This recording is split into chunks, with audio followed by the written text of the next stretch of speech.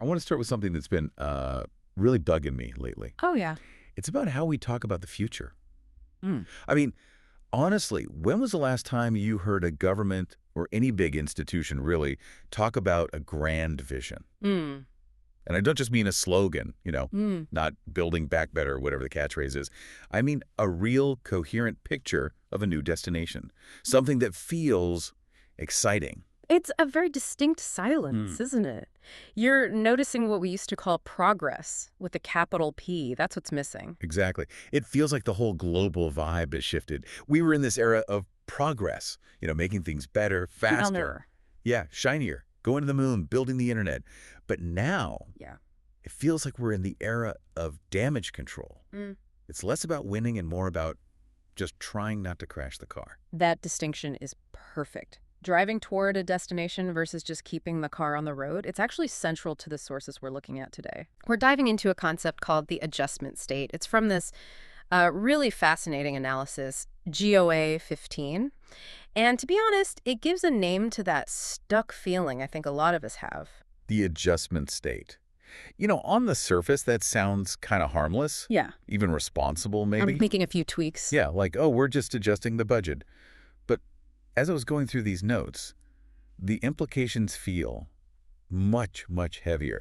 It feels like we're talking about a fundamental change in the operating logic of the world. We are. And I think we need to set the stage here because our mission in this deep dive isn't to debate politics. This isn't a left versus right thing. No. We're looking at the operating system, the OS of modern nations. We want to understand why states seem to have stopped trying to create a future and are now optimizing almost purely for not collapsing. And that's the key phrase right there, optimizing for not collapsing. Yeah. That jumped out at me because this isn't just geopolitics, is it? As I was reading, I was thinking, wow, this sounds like my last performance review. Right. Or how my companies run.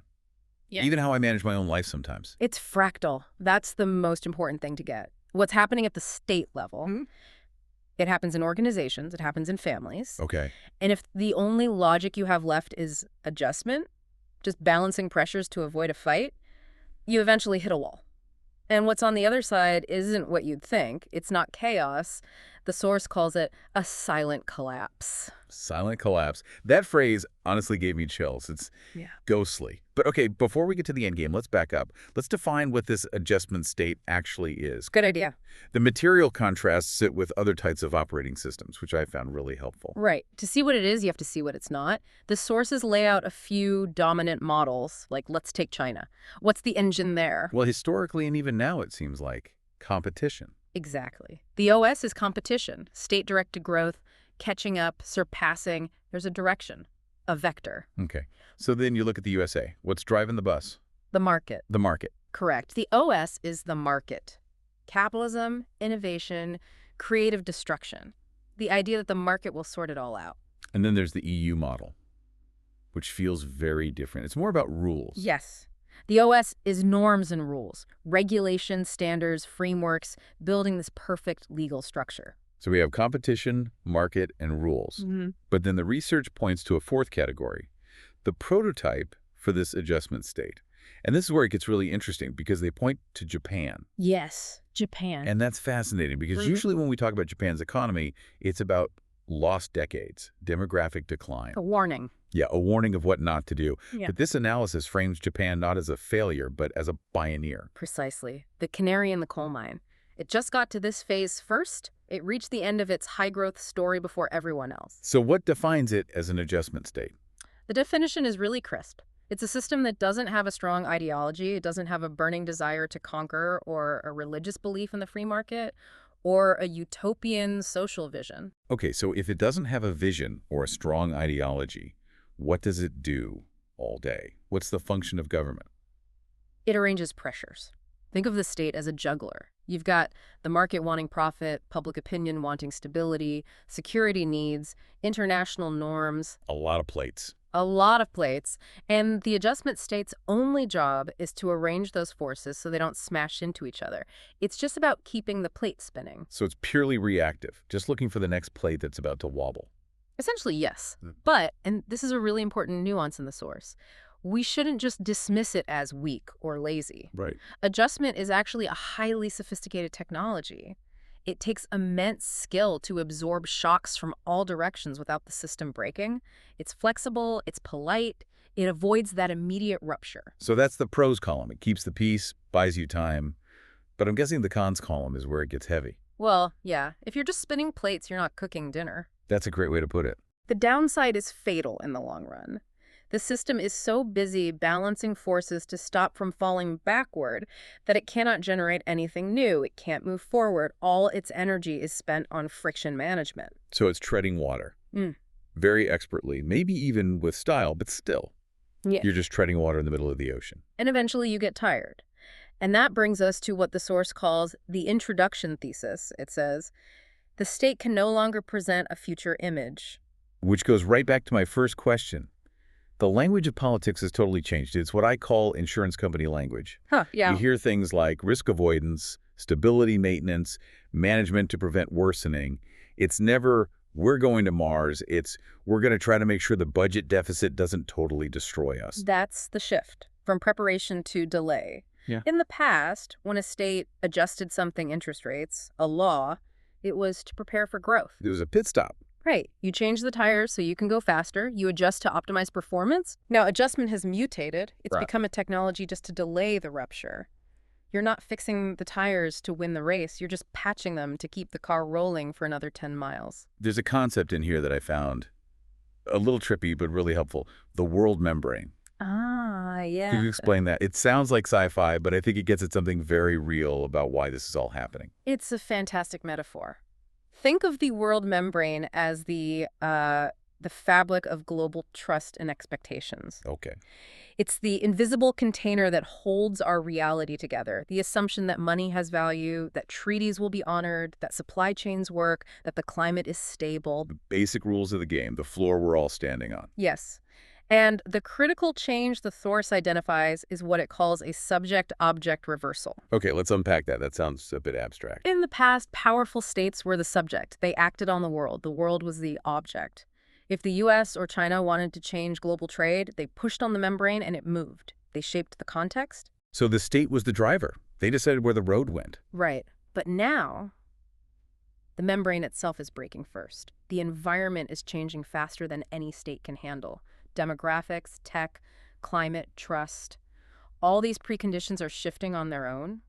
The state isn't pushing on the world anymore. The world is crushing in on the state. So the state becomes the object. It's forced into a passive role. Exactly. It's no longer the driver. It's the mechanic frantically trying to patch the hull of the ship while the ocean is getting rougher and rougher. The state is powerless to control that membrane. It's just Yeah. updating its own internal software to try and survive the external changes. You're not leading, you're just coping. Coping as a form of governance. That honestly explains the vibe of the last few years perfectly. Everyone is just coping. But if we follow this logic to its conclusion, what happens when this adjustment hits its limit? Do we finally get the big explosion, the revolution? That's what we're conditioned to expect, isn't it? Mm-hmm. History tells us that when regimes fail, you get riots, you get chaos, you get loud protests. But the central thesis here is much more unsettling. If adjustment doesn't transform into generation, it leads to a silent collapse. Okay, silent collapse. Yeah. I really want to dig into that. Because collapse is supposed to be loud, buildings fall, currencies crash. What on earth does a silent collapse look like? It looks like nothing, and that's the whole point. It's marked by extreme social quietness. For quietness. Yes, the disappearance of points of contention. No one argues anymore because no one believes arguing can change anything. The dissatisfaction doesn't vanish. It just accumulates in unspoken forms. Unspoken forms. So instead of protesting, people just opt out. They check out completely. They stop having kids. That's a huge one. They stop starting businesses. They stop investing in their community. They just pull their energy back from the public sphere and retreat into private survival. Wow. It's like the population is ghosting the state. That's a terrifyingly accurate way to put it. And the politics shift, too. It goes from accountability, a leader explaining why a choice was made, to inevitability. There was no other choice argument. Exactly. This is just how the world is now. It is what it is. It's a complete surrender of agency. And this brings us right back to Japan. Right. The source calls Japan the prototype because it absorbed the shock of this changing world earliest and most politely They thinned the shock. Thinning the shock. So we're spreading the pain out so thinly over so many years that nobody ever had a reason to scream. Right. They preserved social harmony. The streets are safe. The trains run on time. It's comfortable. But because they were so good at dampening the impact, they internalized all the damage. The collapse happens deep inside the structure, in the ambition of the youth, in innovation, and no one notices until it's too late. It's like a tree that looks perfectly healthy from the outside, but the inside is completely hollowed out. And that is the danger of the adjustment state. It buys time, but it charges a fee. And that fee is the slow erosion of the ability to even imagine a different future. Okay, that is incredibly bleak. But I know our listeners, they're life-oriented. They want to know, is there a way out? Is this just the destiny of modern nations? Are we all just waiting for this quiet end? The source does offer a fork in the road. It's not hopeless, but the path out is, well, it's very counterintuitive. It requires doing something that feels totally wrong to a modern administrator. Okay, lay it on me. What's path A? The path to generation. So path A is the rare path, the transformation to generation.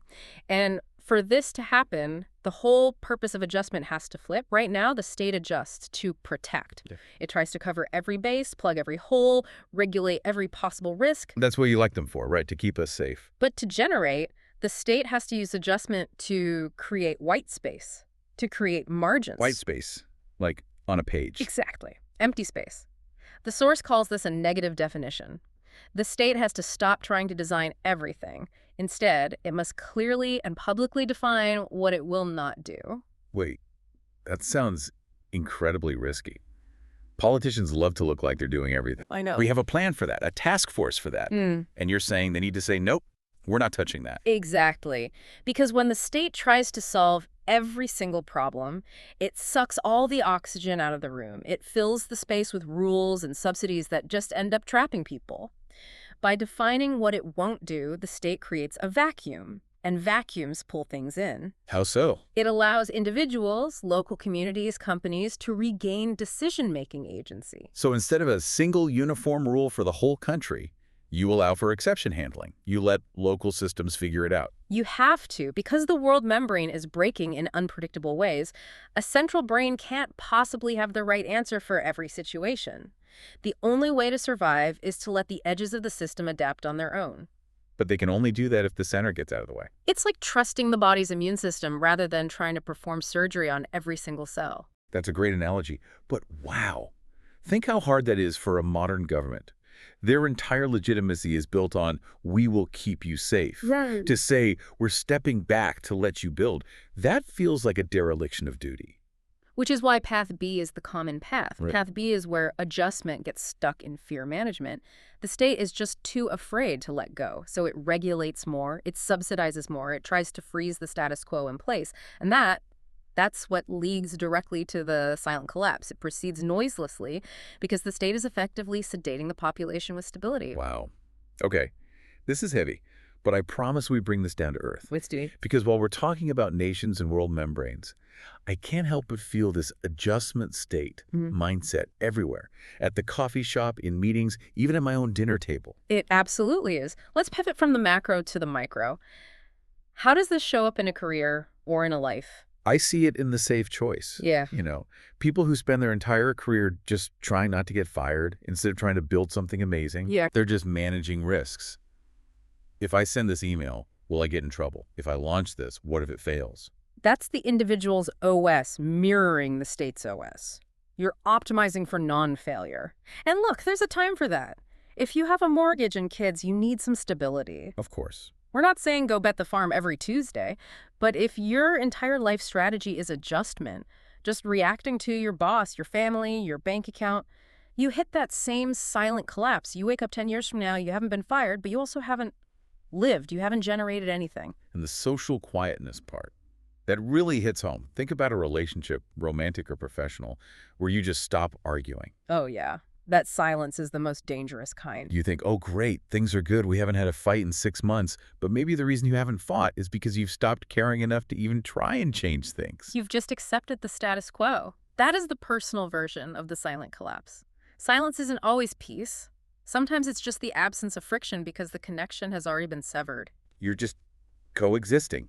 adjusting around each other to avoid awkwardness. Exactly. So applying path A, that generation path, to our own lives, that means we have to create our own white space. It means you have to define what you won't do. We live in this world of infinite options, infinite obligations. We try to juggle it all. We become the adjustment state of our own life. And we're completely exhausted. Exhausted and stagnant. To generate something new, a new project, a new career, a deeper relationship, you have to stop controlling every variable. You have to consciously say, I am not going to worry about X. I will not participate in Y.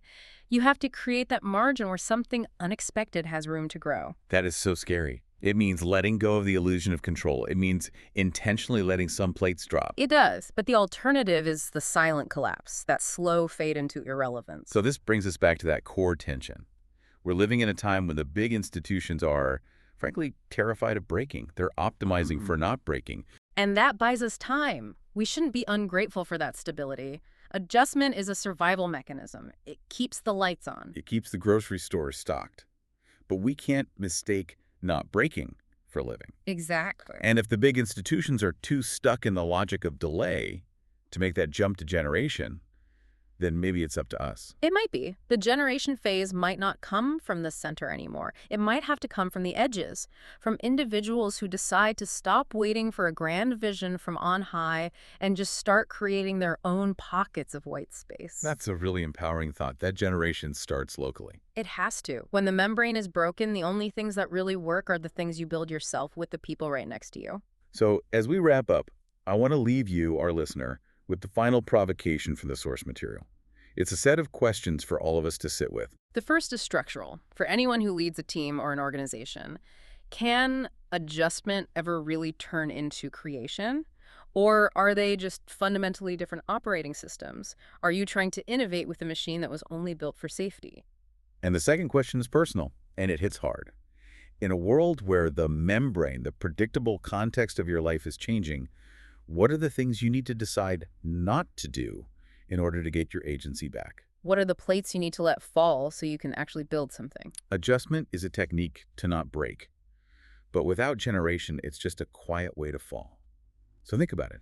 Where in your life are you just adjusting? And where do you really need to start generating? It's the difference between surviving the storm and learning how to build a new house. Thanks for listening to The Deep Dive. We'll see you next time.